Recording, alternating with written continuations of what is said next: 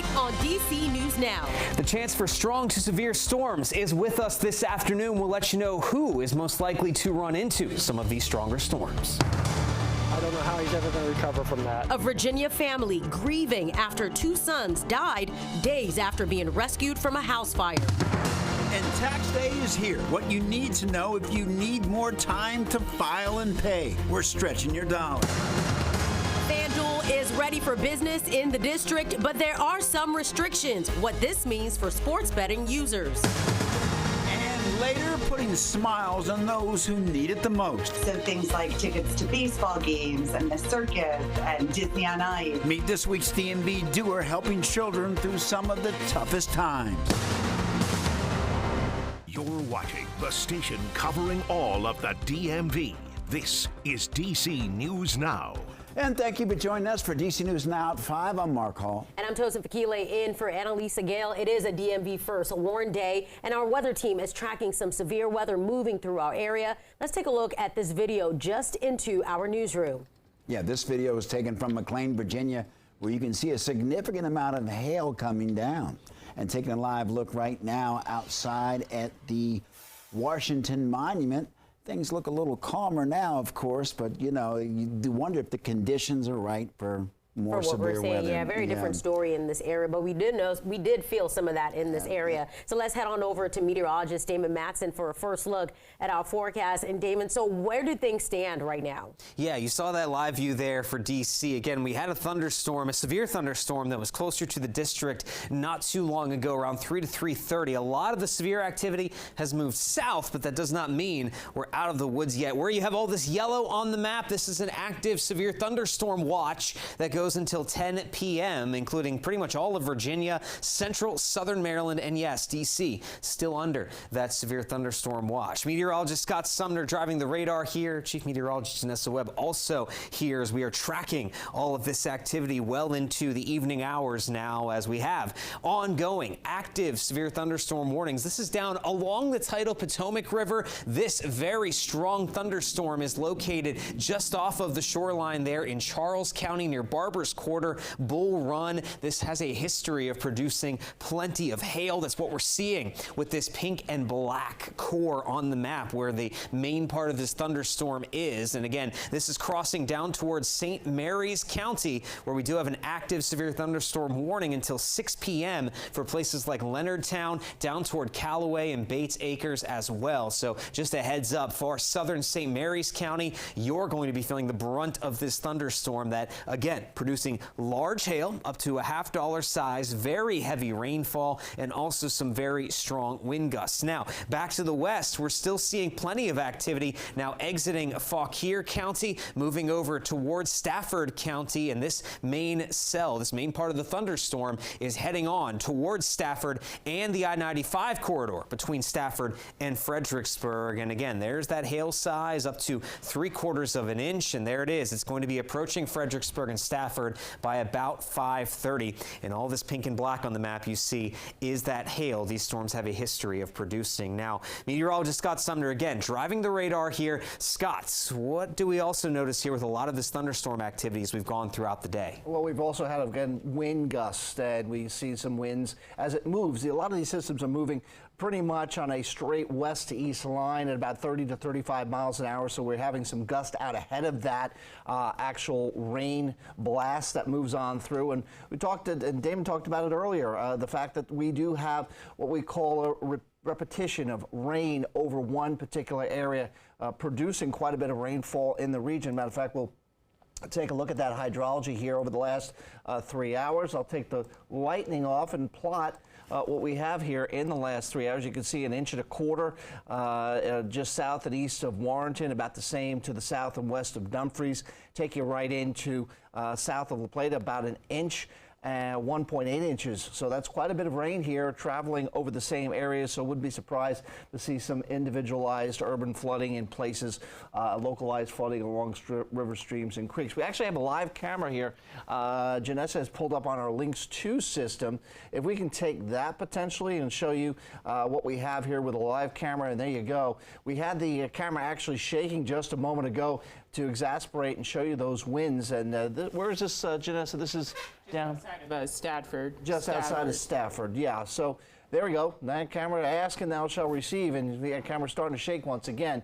Already seeing some wet pavement out that way. So yeah, we've had quite a bit of rain there in just a short amount of time. So some heavy rain is being seen, some flooding possible as well. Damon, back to you. Yeah, exactly, Scott. So again, we got the heavy rain, we got the hail and the lightning, and of course we're also watching those very gusty winds. So another look at it here. Again, there's not much activity to the north, including near DC, but we continue to track several severe thunderstorm warnings as these move south into parts of Virginia, southern Maryland along the tidal Potomac River. That's where a lot of the activity is. But folks, we still have a few more hours to go before things will finally start to calm down, so continue to stick with us. We'll be tracking all of this thunderstorm activity throughout the evening time. In just a bit, we'll have more updates. All right, Damon, Scott, Janessa, we thank you. And an update in Virginia this afternoon. The two boys rescued from last week's house fire in Clinton, they've died. It's really heartbreaking, Mark. And their father, Jamie Bryce, confirmed to DC News Now that 6-year-old William and 3-year-old Zachariah died Sunday. DC News Now's Leonard N. Fleming is in that neighborhood. And Leonard, this is such a tragic outcome.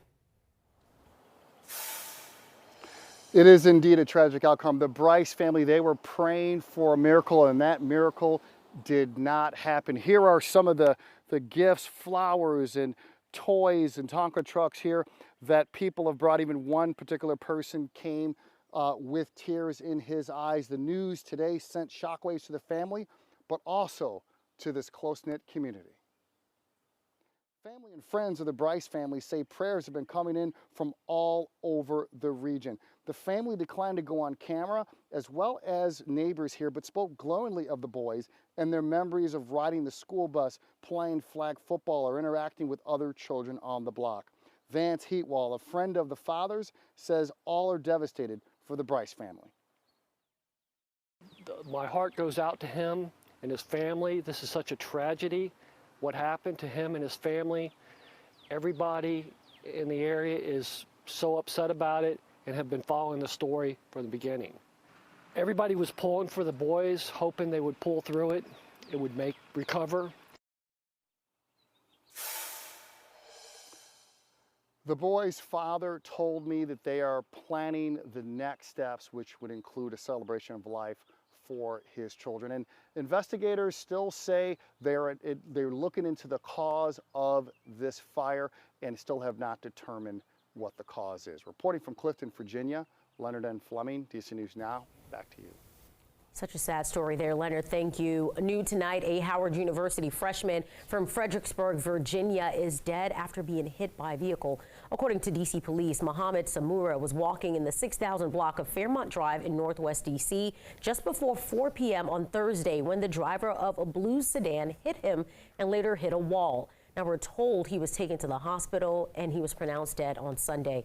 A vigil is expected to be held today at 6 o'clock at the university to honor Samura, who was a computer information systems major and a member of the university's esports team.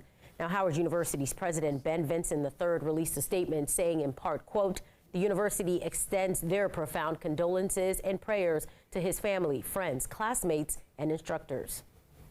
Well, to Baltimore now today, the FBI opening a criminal investigation into the collapse of the Francis Scott Key Bridge. This comes nearly 3 weeks after the collapse happened, and since the very hours after the incident, officials have claimed that they have no evidence to believe that this was anything but an accident. FBI agents boarded the Dally this morning to conduct what they're calling law enforcement activity. Meantime, removal of large pieces of collapsed bridge continues to be the top priority for leaders. Our Dave Laval is in the area learning new details, and he's going to join us coming up in our next half hour. Well, right now, police are searching for suspects in a shooting that left a 15-year-old girl dead in Southeast D.C. Police have identified her as Naomi Russell of Northwest Washington, and D.C. News Now's Randy Bass joins us from police headquarters this afternoon. Randy, you heard from people who knew the teenage victim. Yes, we spoke with both neighbors and witnesses who are still very rattled. It's been less than 24 hours since those deadly shots rang out along Elvins Road in Southeast. One woman we talked to says her daughter narrowly escaped those deadly shots that killed her daughter's friends. she was around here when they started shooting, but she had to run into the building.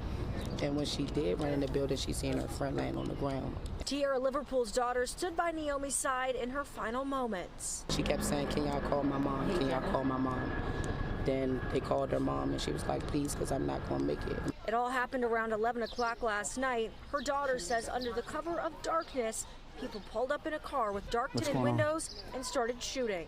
She says the teenage girl was in the neighborhood visiting friends in Berry Farm. Her daughter and Naomi met when they lived in Northwest, and the girls went to school together. Liverpool moved to the neighborhood about 6 years ago. This is not where we from neither. I come from Northwest. We just moved over here, and I regret it.